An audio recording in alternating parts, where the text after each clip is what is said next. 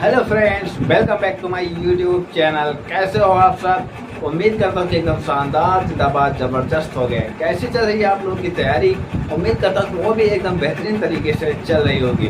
दोस्तों, मैंने आप लोगों को पिछली वाली वीडियो में अर्थशास्त्र के प्रकार बता दिए थे, हालांकि अर्थशास्त्र कितने कितने प्रकार के थे और अर्थव्यवस्था के प्रकार बता दिए थे, अर्थव्यवस्था क्या होती है इसके बारे में बता दिए थे। तो आज हम लोग पढ़ेंगे अर्थव्यवस्था के क्षेत्र और कुछ बैंकों के नाम पढ़ेंगे। देखिए, ये टॉपिक हमने डाल रखा है, जैसा कि आप लोगों ने थंबनेल पे देखा, मैंने सिर्फ बैंक का टॉपिक डाल रखा है। वैसे आप लोग देखकर समझ गए होंगे कि कौन सा टॉपिक है।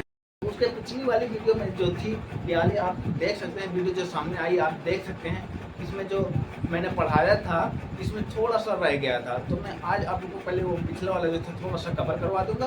कवर करवाने के बाद आज बैंक के बारे में थोड़ा सा मैं आपके साथ एक्सप्लेन करूंगा, उसके बारे में बताऊंगा। तो चलिए हम लोग स्टार्ट करते हैं। अर्थव्यवस्था के क्षेत्र कितने प्रकार के होते हैं? यहाँ पर हम लिखेंगे अर्थव्यवस्था के क्षेत्र। क्या लिखेंगे? अर्थव्यवस्था के क्षेत्र। अर्थव्यवस्था के क्षेत्र, यानी कि अर्थव्यवस्था के क्षेत्र कितने प्रकार के होते हैं। हमने लिख दिया अर्थव्यवस्था के क्षेत्र, यानी कि वैसे तो अर्थव्यवस्था के क्षेत्र होते हैं 5 प्रकार के और मोस्ट इंपॉर्टेंट होते हैं 3 केवल। अर्थव्यवस्था के 3 अर्थव्यवस्था के जो क्षेत्र हैं वो 3 प्रकार के होते हैं। कौन कौन से? तो प्राथमिक क्षेत्र होता है, द्वितीयक क्षेत्र होता है और तृतीयक क्षेत्र होता है। और वैसे तो चतुर्थ क्षेत्र और पंचम क्षेत्र भी होते हैं। तो प्राथमिक क्षेत्र और द्वितीयक क्षेत्र यहाँ पर हम लिख देंगे। यहाँ पर हम लिखेंगे इसके जो क्षेत्र होते हैं कितने होते हैं? प्राथमिक क्षेत्र। कौन से? प्राथमिक क्षेत्र। प्राथमिक क्षेत्र को हम लोग इंग्लिश में क्या कहते हैं? प्राथमिक क्षेत्र को हम लोग इंग्लिश में कहते हैं प्राइमरी सेक्टर। क्या कहते हैं हम लोग इसको इंग्लिश में? इंग्लिश में हम कहते हैं प्राइमरी सेक्टर, इसको हम इंग्लिश में कह देते हैं। और उसके बाद आता है सेकंड, द्वितीयक क्षेत्र। क्या? द्वितीयक क्षेत्र। द्वितीयक क्षेत्र को हम इंग्लिश में क्या कह देते हैं? तो द्वितीयक क्षेत्र को हम लोग इंग्लिश में कहते हैं सेकेंडरी सेक्टर। क्या कहते हैं? सेकेंडरी सेक्टर कहते हैं। इसको हम इंग्लिश में सेकेंडरी सेक्टर भी कह देते हैं। अब हम बात करते हैं तृतीयक क्षेत्र की। क्या? तृतीयक क्षेत्र।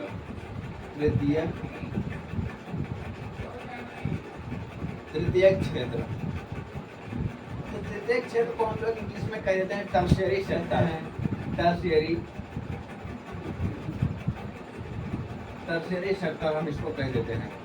उसके बाद कौन सा आता है? उसके बाद चतुर्थ क्षेत्र। कौन सा? चतुर्थ क्षेत्र सेक्टर हम इसको इंग्लिश में कह देते हैं। फिर उसके बाद आता है पंचम क्षेत्र। कौन सा? पंचम क्षेत्र। पंचम क्षेत्र को इंग्लिश में कह देते हैं क्वाइनरी सेक्टर। क्या कहते हैं? क्वाइनरी सेक्टर।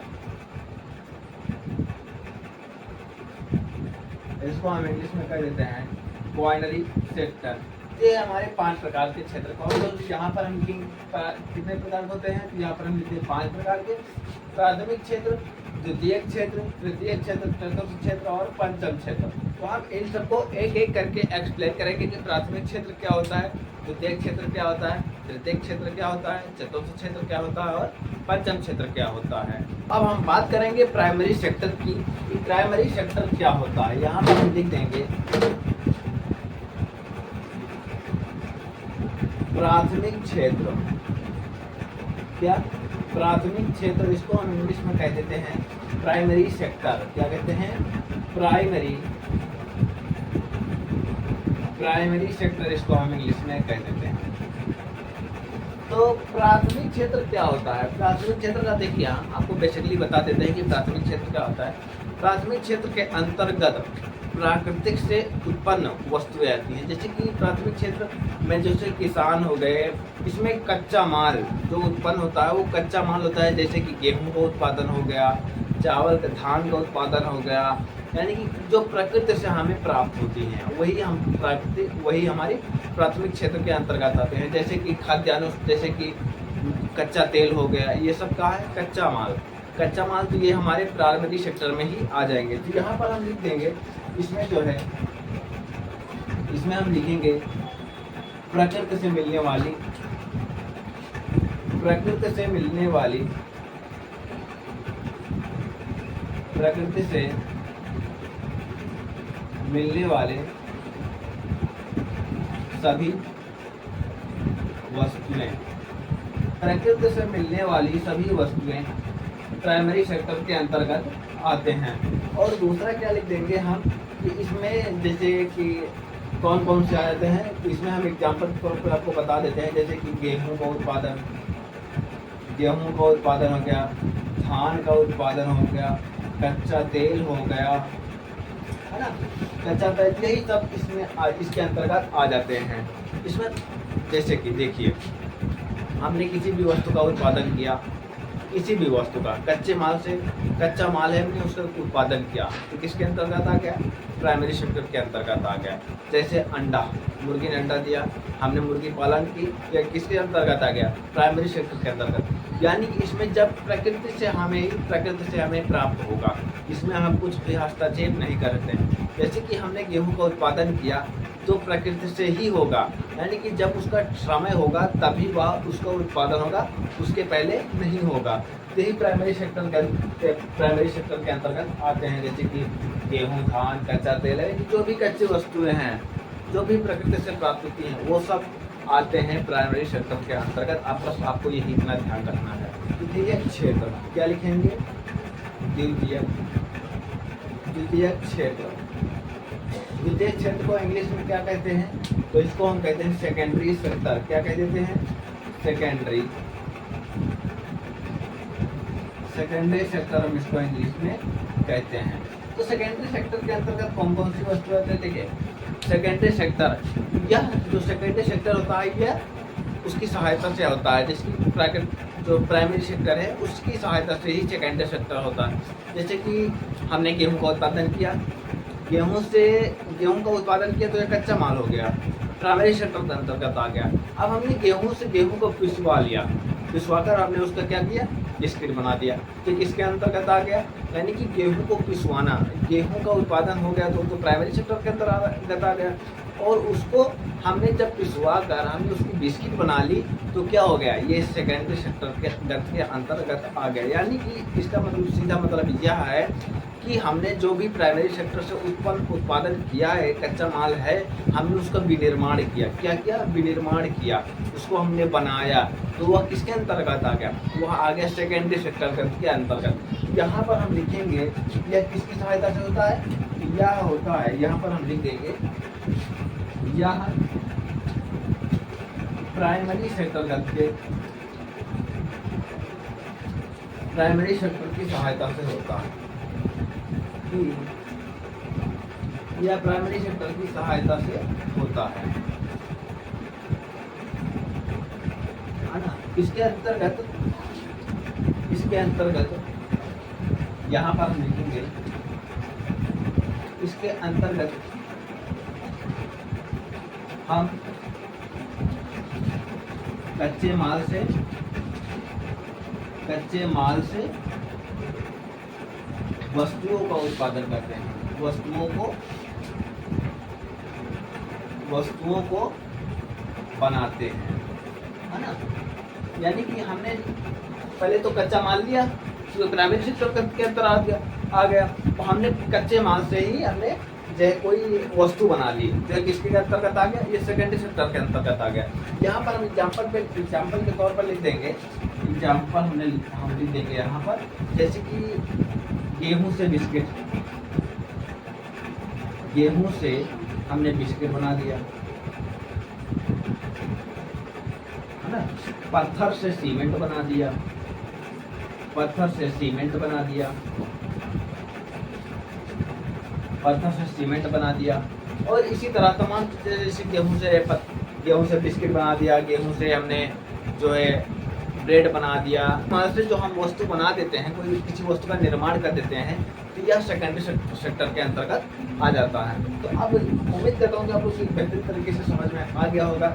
यहाँ पर हम फिर से एक बार इसको रिवाइज कर लेते हैं कि प्राथमिक क्षेत्र के अंतर्गत कौन कौन से आते हैं।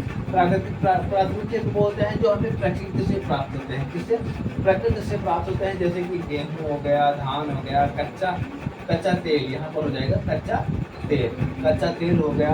अब सेकेंडरी सेक्टर के अंतर्गत कौन कौन सी वस्तु आती है? सेकेंडरी सेक्टर के अंतर्गत जैसे कि यह प्राइमरी सेक्टर की सहायता से होता है, इसके अंतर्गत कच्चे माल से हम वस्तुओं को बनाते हैं, जैसे कि गेहूं से बिस्किट बनाना, पत्थर से सीमेंट बनाना, कपड़े से हम शर्ट बना लेते हैं। यह हमारा सेकेंडरी सेक्टर हो गया। अब हम बात करते हैं टर्शियरी सेक्टर यानी कि तृतीयक क्षेत्र। टर्शियरी सेक्टर यानी कि तृतीयक क्षेत्र। तृतीयक क्षेत्र क्या होता है? यहाँ पर हम लिख देंगे बेसिकली तृतीयक क्षेत्र या तृतीयक क्षेत्र। तृतीयक क्षेत्र को हम इंग्लिश में क्या कहते हैं? तो तृतीयक क्षेत्र को हम इंग्लिश में कहते हैं टर्शियरी सेक्टर। टर्शियरी, जिसको हम टर्शियरी सेक्टर कह देते हैं। देखिए टर्शियरी सेक्टर क्या होता है? टर्शियरी सेक्टर के अंतर्गत देखिए ये जो है ना प्राइमरी सेक्टर और सेकेंडरी सेक्टर इन दोनों की सहायता करते हैं। ये कैसे सहायता करते हैं? अब देखिए जैसे हम यहाँ पर आपको बता दें, जैसे कि हमने गेहूं का उत्पादन किया, गेहूं का उत्पादन किया, गेहूं तो ये प्राइमरी सेक्टर के अंतर्गत आ गया। इससे हमने क्या बना लिया? बिस्किट। इससे हमने बिस्किट बना लिया, ये किसके अंतर्गत आ गया? ये सेकेंडरी सेक्टर के अंतर्गत आ गया। अब बिस्किट बना लिया तो इसको कस्टमरों तक यानी कि जो उपभोक्ता है उन तक कौन पहुंचाएगा? तो उन तक पहुंचाएगा हमारा टर्शियरी सेक्टर। कौन? टर्शियरी सेक्टर यानी कि तृतीयक क्षेत्र। तो तृतीयक क्षेत्र को हम क्या कहते हैं? यानी कि ये सेवा प्रदान करेगा, यानी कि इसको जो है ये जो है ग्राहक तक पहुंचाने का क्या काम करेगा? किसके तक? ग्राहक तक पहुंचाने का काम करेगा।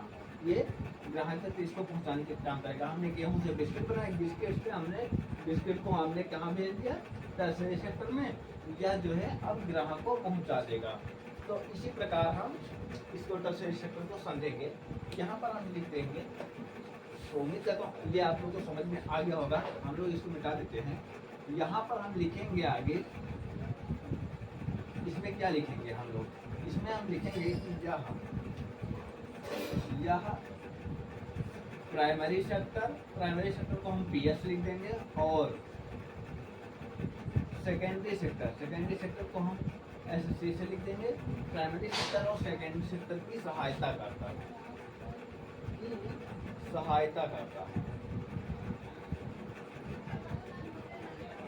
प्राइमरी सेक्टर और सेकेंडरी सेक्टर की सहायता करता है ना? यही हम लिखेंगे। अब जैसे कि इसके अंतर्गत कौन कौन सा क्या क्या आता है? इसके अंतर्गत आता है जैसे कि सेवा हो गया, डॉक्टर आ जाएंगे, वो भी जो डॉक्टर जो है वो भी सेवा करते हैं। और आ जाएंगे अध्यापक। देखिए अध्यापक कैसे सेवा प्रदान? मैं आप लोगों को पढ़ा रहा हूँ, ये क्या है? मैं तो सेवा ही दे रहा हूँ ना। आप लोगों को पढ़ाना कि किसी चीज़ का उत्पादन कर रहा हूँ, मैं तो आपको सेवा ही दे रहा हूँ ना। ये भी इसमें आ जाएगा। और इसके अंतर्गत क्या आ जाएगा? इसके अंतर्गत आ जाएगी वकील। अब वकील किसी चीज़ का उत्पादन थोड़ी ना करेगा। वकील तो आप लोगों को आपकी जो लड़ाई है उसको लड़ने में मदद करेगा, वकील के हो जाएगा। और उसके बाद इस पर आ जाएगा पुलिस। बहुत सी चीज़ें हैं जो सेकेंडरी टर्शियरी सेक्टर के अंतर्गत आते हैं। इसमें लोग जो है यहाँ पर हम लिखेंगे, इसमें 21% लोग कार्य करते हैं। इसमें 21% लोग कार्य करते हैं। तो अब हम बात करते हैं इसके आगे चतुर्थ क्षेत्र यानी कि क्वाड्रेटरी सेक्टर। क्या? चतुर्थ क्षेत्र। यहाँ पर हम लिख देंगे चतुर्थ क्षेत्र क्या है? चतुर्थ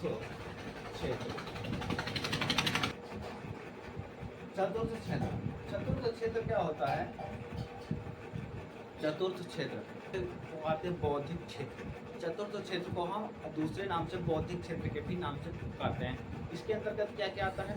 तो इसके अंतर्गत आता है जैसे कि किसी चीज़ का निर्माण करना, किसी छोटी बड़ी चीज़ का नहीं, बिस्किट या टॉफ़ी का निर्माण नहीं, जैसे कि एप्लीकेशन का निर्माण करना, सॉफ्टवेयर का निर्माण करना, है ना, किसी बड़ी चीज़ का जिसमें हमारा दिमाग लगता हो, उस चीज़ का निर्माण करना। इसको हम लिख देंगे यहाँ पर इसका अन्य नाम। यहाँ पर हम लिखेंगे अन्य नाम। इसका अन्य नाम क्या है? तो इसका अन्य नाम लिखेंगे हम बौद्धिक क्षेत्र। क्या? बौद्धिक क्षेत्र। इसको हम अन्य नाम से बौद्धिक क्षेत्र के भी नाम से पुकार देते हैं। इसमें इसका उत्पादन क्या था? तो इसमें उत्पादन क्या है? इसमें किसी चीज़ का उत्पादन नहीं करता है। इसमें बनाया जाता है जैसे कि इसमें क्या क्या बनाया जाता है, जैसे इसमें एप्लीकेशन हो गया,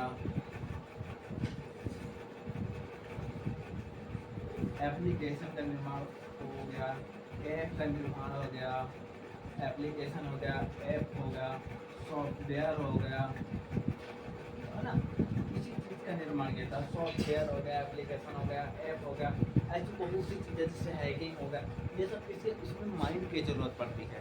तो ये सब इसके अंतर्गत आएंगे, क्वायरेटनरी सेक्टर के अंतर्गत, यानी कि चतुर्थक क्षेत्र के अंतर्गत आएंगे। तो अब हम आगे इसके बात करेंगे पंचम क्षेत्र की, यानी कि क्वायनरी सेक्टर। तो अब हम आगे इसके बात करेंगे पंचम क्षेत्र, यानी कि पंचम क्षेत्र क्या है। यहाँ पर हम लिख देंगे पंचम क्षेत्र को, पंचम क्षेत्र। पंचम क्षेत्र को हम इंग्लिश में क्या कह देते हैं? क्वायनरी सेक्टर या क्वायनरी